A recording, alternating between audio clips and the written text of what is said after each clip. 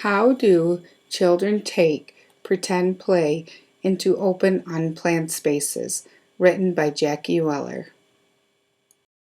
On the campus of Central Michigan University lies a preschool where children engaged in many activities, both inside and outside of the classroom. Inside the classroom, you could find them busy in pretend play, construction, art, music, cooking, large motor activities, and discovery. Outside, you could witness them riding their bikes, digging in the sand, looking for bugs, playing tag, and jumping from rock to rock.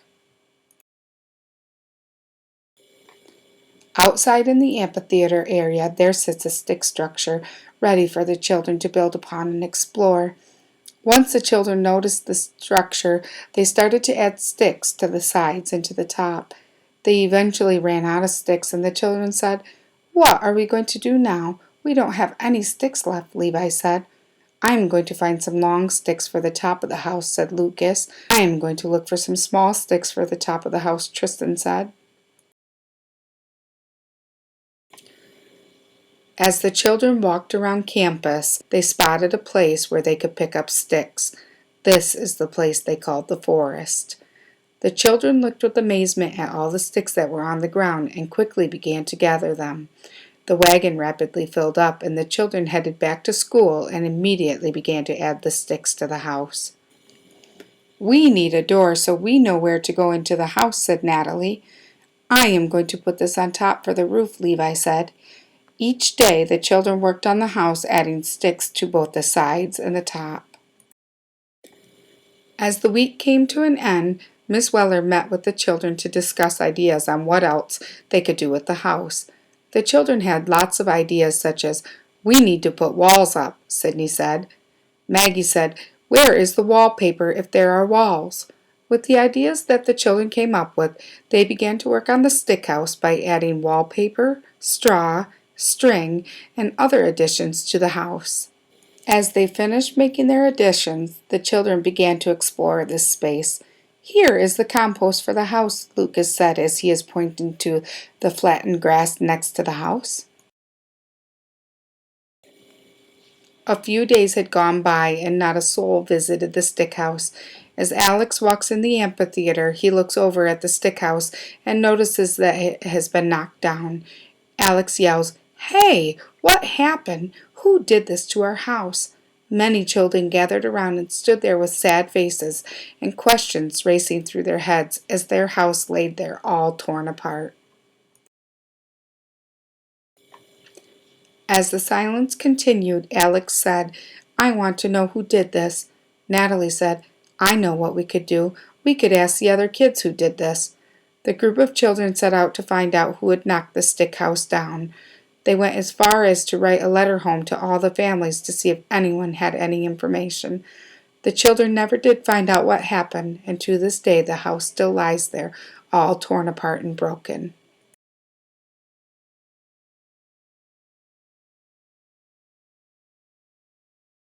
The children have lost interest in the stick house now that it is all torn apart and have decided to explore a new space.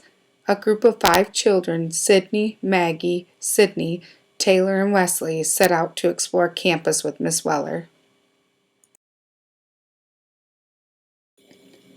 As the children explored campus, the open, unplanned space allowed for their pretend play to be taken to a whole new level. "Hey guys, look! The wind blew a hill for me to play on," Wesley said as he points to the snow hill. "I'm a snow dog," Sydney says as she is crawling in the snow. "Cannonball!" the children yell as they jump off the large snow hill. The children pretended to eat food at their circular cement piece, to be old ladies, to climb mountains, and to ride horses. As they explored campus, they found themselves traveling to the forest over and over again. In the forest, the children played house under the tree, took care of a pine tree, built snowmen, and pretended to skate on the ice. "This is like a little hideout," Sydney says as she plays underneath the pine tree. "I need arms and a nose for my snowman. It already has feet and a mouth. I want to take care of him because I feel bad we are leaving him, Sydney says as she is adding pieces to the snowman. The children kept revisiting the forest, but now with a larger group of children. The small group of 5 has now grown to 12 due to the increasing interest at school. Mr. Janitis has joined the group as well.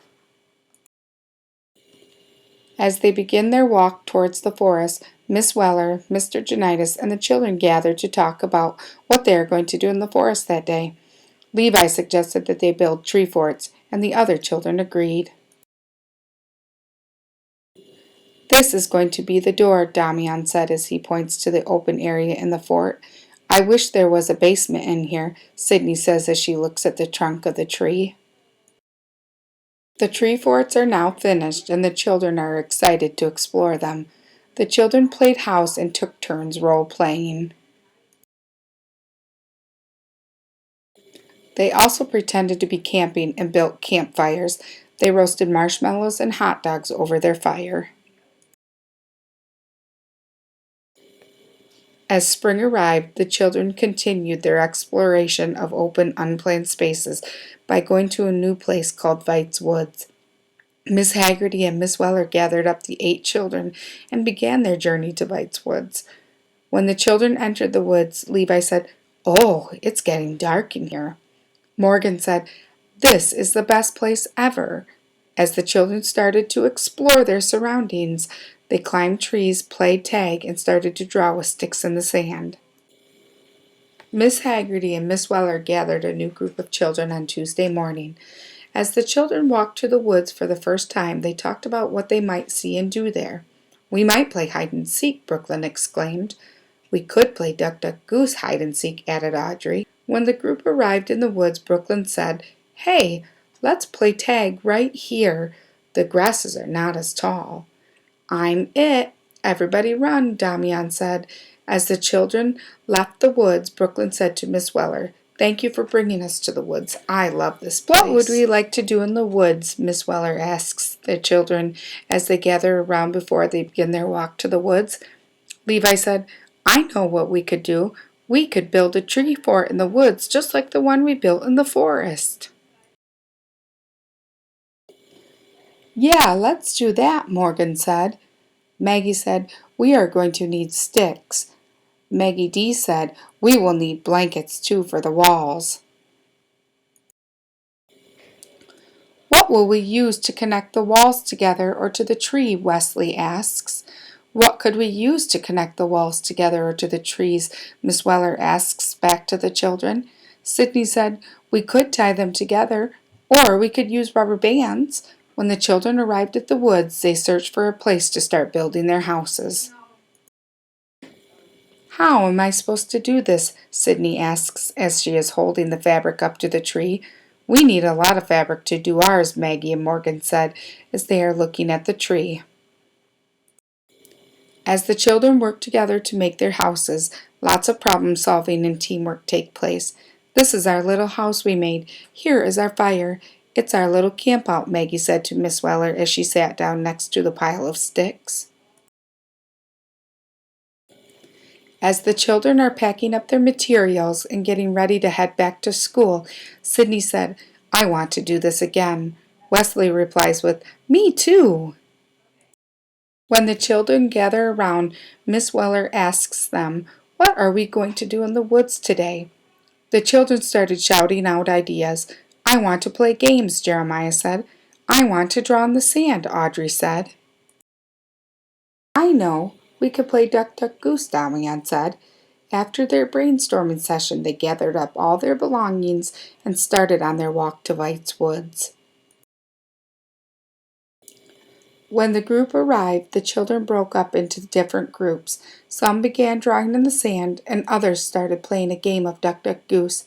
"Look, Miss Weller, I drew a picture of a bird who hatched his egg," Audrey said as she points to her drawing. "I am making a river," Damian said. "Here is the island in the middle of my river," Damian exclaims. As the group walked back to school, they talked about other things they wanted to do on their next visit to the woods. "Let's play freeze tag," Jeremiah said. "I want to see the chocolate river," Harmony said. I want to see the river again too, Alan said. I want to make a house out of wood, sticks, metal, sheets, leaves, and grasses, replies Jeremiah. We could use rope too, Nicholas said. It sounds like you all have a lot of ideas for our next visit to the woods, Miss Weller says as she listens to the children shout out ideas on their walk back to school. As the 6 weeks progress, the two groups of children continue to visit the woods. The first group of children continue to build houses, playing house, and going camping. They also organize games of duck, duck, goose, ring around the rosy, freeze tag, and hopscotch. The other group continues to play games such as freeze tag and duck, duck, goose, and games that they made up themselves. They also continue to draw in the sand, making pictures for people to see as they walk through the woods. As the days come to an end and the children realize that they are not going to come back to the woods again, they share their thoughts about their experiences there. I can't believe this is our last day, Wesley said. I like coming to the woods, Sydney said. I am going to bring my family here, Taylor said. I am going to miss this place, Jeremiah said.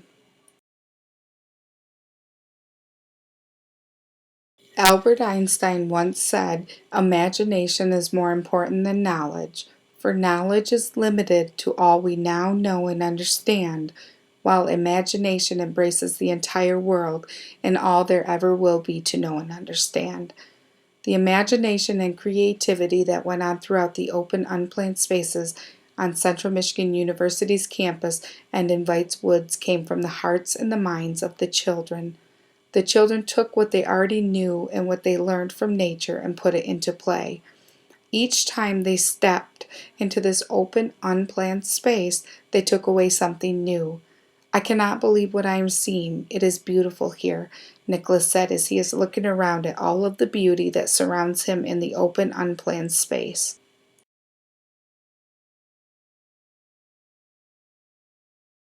This book is dedicated to all the children out there who do not have a space to play.